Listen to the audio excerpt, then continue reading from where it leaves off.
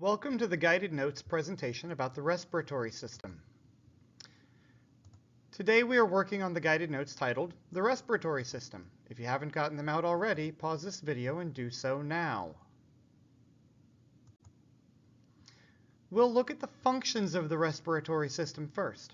The respiratory system is responsible for cycling essential gases for waste gases. The respiratory system absorbs oxygen from the air and transfers it to the blood. It is also getting rid of waste carbon dioxide and waste water, byproducts of cellular respiration.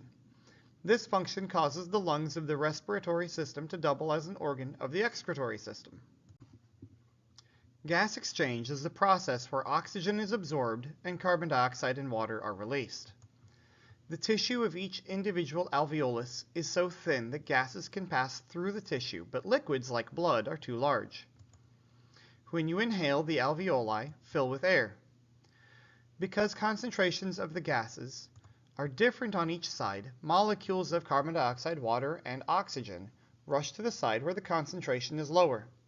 Since the air in the alveoli has more oxygen than the blood, oxygen is absorbed into the blood and binds with passing red blood cells. As the concentration of carbon dioxide and water are lower in the inhaled air, these waste products flow out of the blood and into the sac of the alveoli. This air is then expelled when you exhale. Let's talk about how breathing works. The diaphragm is an arched muscle under the lungs and at the base of the rib cage. Remember, muscles only do work by contracting. When the diaphragm contracts and lowers, space in the chest cavity is created. This causes air to rush into the lungs to equalize the pressure on each side of the lungs. When the diaphragm relaxes, the chest cage contracts, shrinking the space around the lungs and forcing air out of the lungs to equalize the pressure inside and out.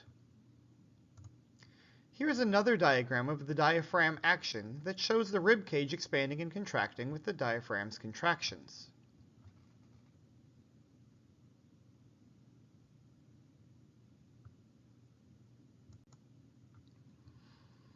As we go through this diagram, be sure to label the parts appropriately on your guided notes.